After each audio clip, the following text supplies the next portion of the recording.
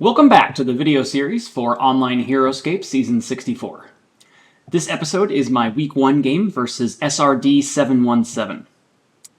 As a reminder, this is a Bring 2 event, so there's a bit of drafting to be done before the game starts. I won the dice off, so I get to choose who picks first.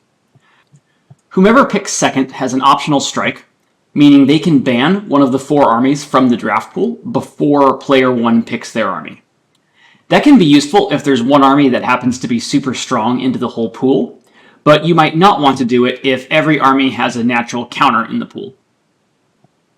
I discussed my armies already in episode 1, so let's take a look at SRD's armies.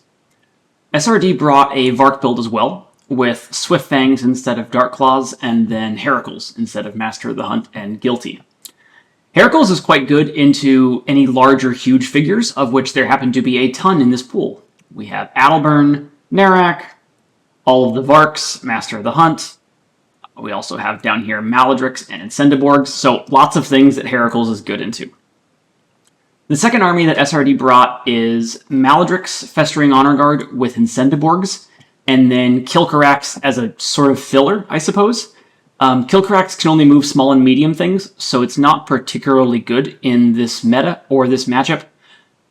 The map for this game is in Circle, with the glyphs being Ingvild, which is the disengage glyph, and Holdir, which is attack +1 for heroes. Let's start by exploring the game tree to see what happens if we choose to pick first. We don't pick our own Varks build because the other one is just stronger, so we can rule that one out. Of the remaining armies, I think that Maladrix plus Incendiborgs combo is going to be favored into all of the others. Festering Honor Guard can get some kills into Varks and Death Chasers, and Holdir is just such an amazing glyph for Maladrix. Heracles is a bit of a natural counter of sorts to this build, but he can only kill 1 to 2 FHGs per turn, and if Maladrix infests him, that's just pretty brutal for Heracles. I think it's favored into my Death Chasers build too, as 6 Death Chasers just isn't that many. Death Chasers may be able to contest Holdir a bit in the opening, and probably have to try to, but doing so will expose them to attacks from FHG probably on height, so that's not ideal. Narak can get to a treasure glyph on order marker 1, but it exposes him a lot to do so, especially if that army lost the round 1 initiative. So that means SRD should probably ban the Maladrix build. If that happens, then we have a choice between the other Vark build or our own Death Chasers build. I think that Heracles is just so good into Varks that if I take the Heracles Varks build, it forces SRD to take my other Death Chasers build. While if I took my other Death Chasers build, SRD would take the Heracles Vark build. So the final question here is, which of those 2 builds is favored into each other heads up? I think it's the Heracles Vark build, as Varks are pretty good into Death Chasers and Narak, and Heracles is just great into all 3 of the heroes. So that's the plan. We will choose to pick first, and if Maladrix is available to us, we take her. Otherwise, we take the Vark-Heracles combo. Let's see how it goes.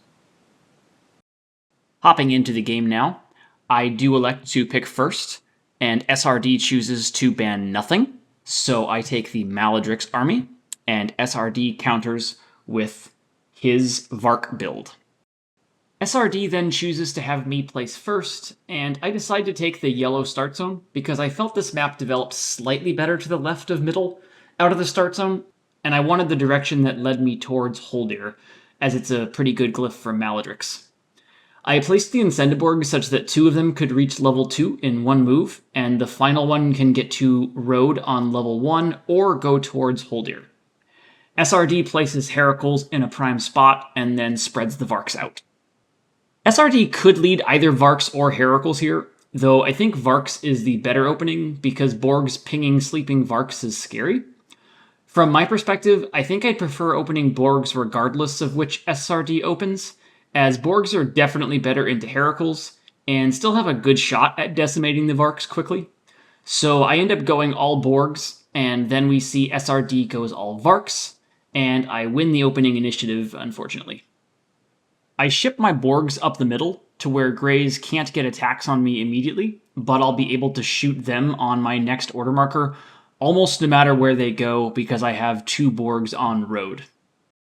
SRD then full sends the Vark squads, shipping both out aggressively, although 2 Greys do hide behind that one wall while the rest of them move out, including 1 Swift Fang that can reach Ingvild in 1 move.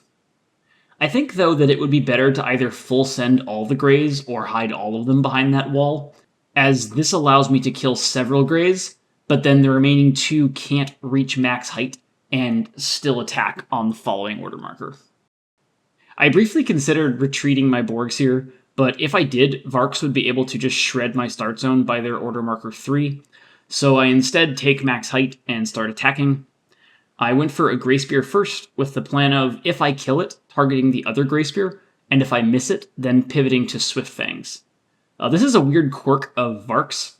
You don't want to kill exactly 1 Grey Spear, because then it lets Arctos move up and attack without losing an activation.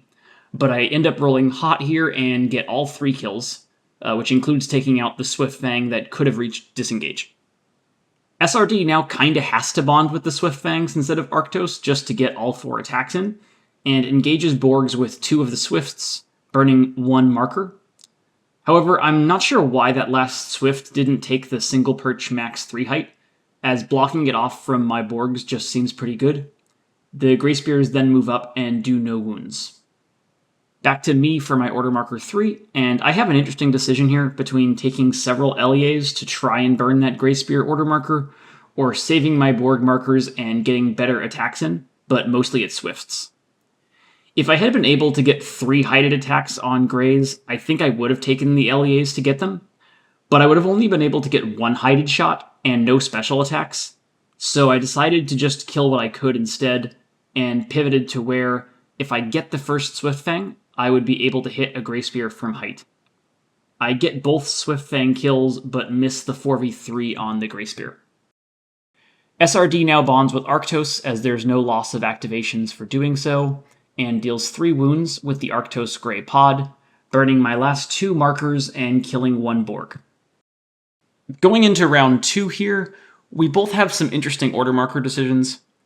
I ended up deciding that if I lost initiative, I was in trouble overall here, as it would mean Varks would get heighted attacks into Maladrix, and I think if Maladrix takes attacks from Arctos-backed Grey Spears and then Heracles, she just wouldn't be able to withstand that much offense.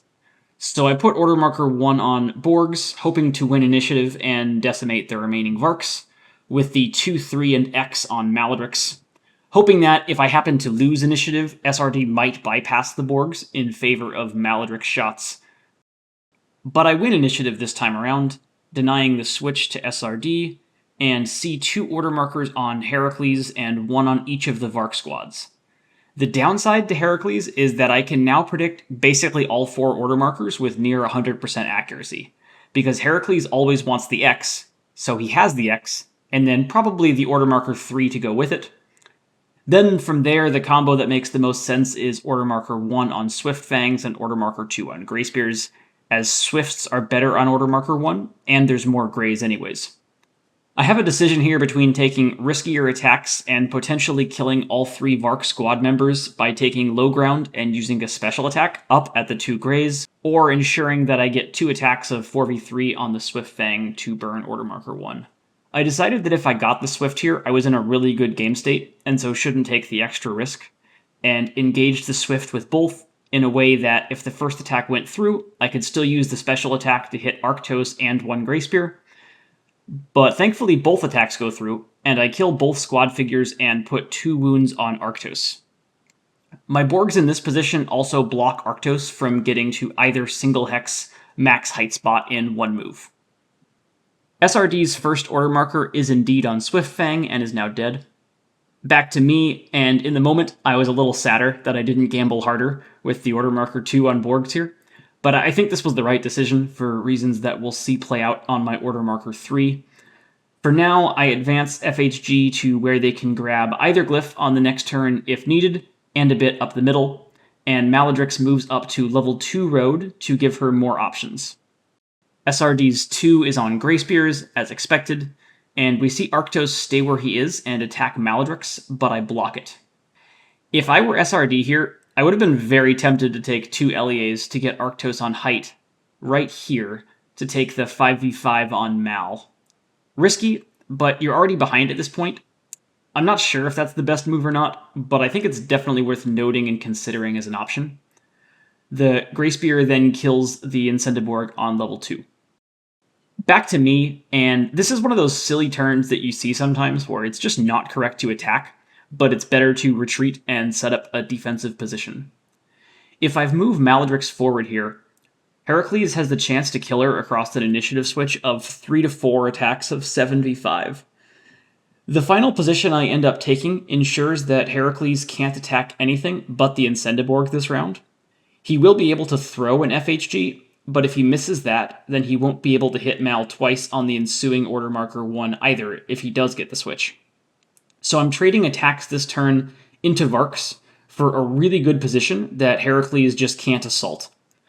But the Varks are going to struggle getting more order markers in future rounds anyways, with just the 1 Grey Spear and a near half-life Arctos, so I'm not giving up that much by not attacking them. Over to Heracles now, who bypasses the Incendiborg to try and throw the far FHG.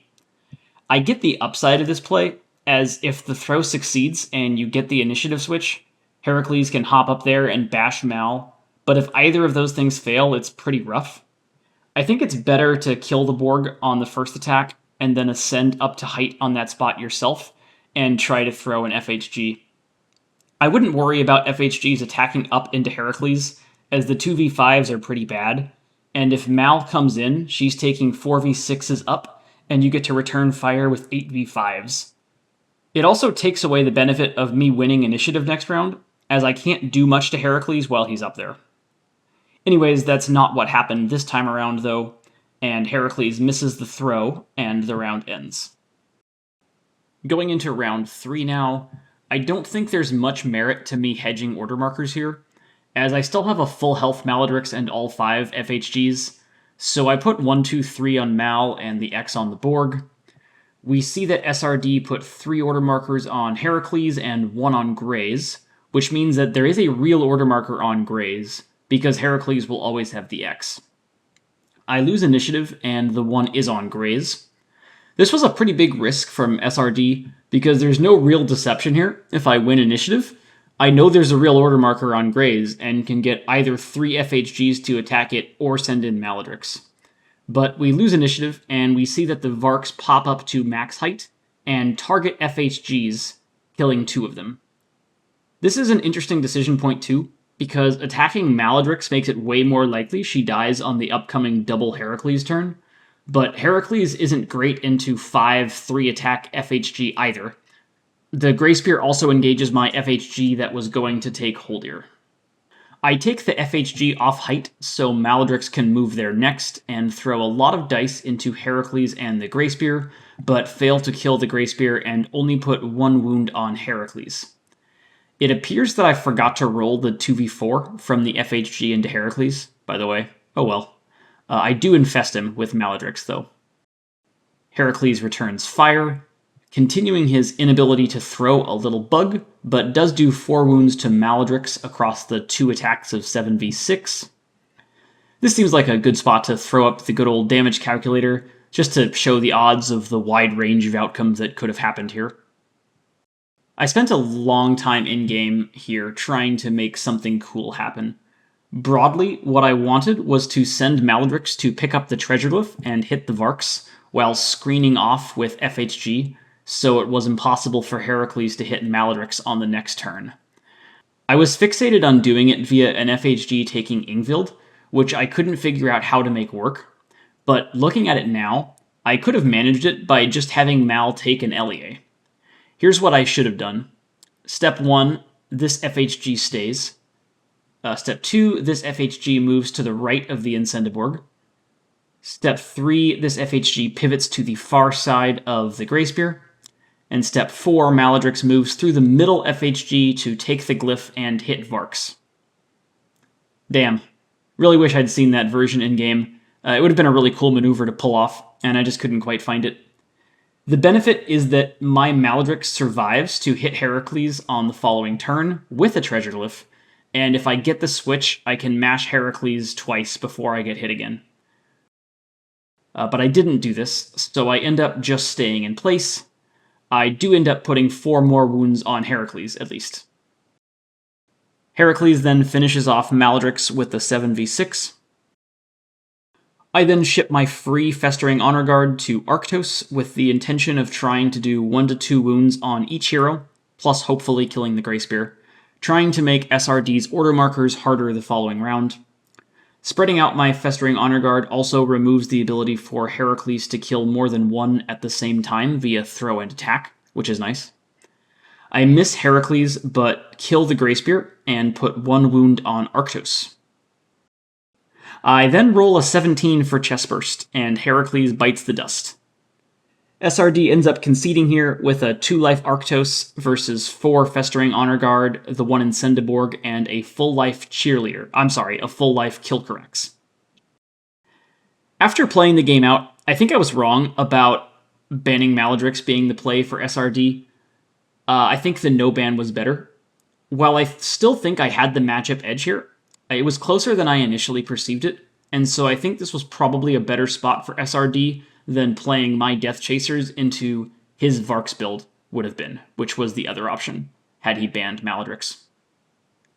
Obviously, I rolled like a god for most of this one, so it didn't end up being especially close, but the round 2 initiative was probably the biggest roll of the whole game, and definitely could have swung it, with both of us setting up our order markers, gambling pretty hard that we'd get that initiative.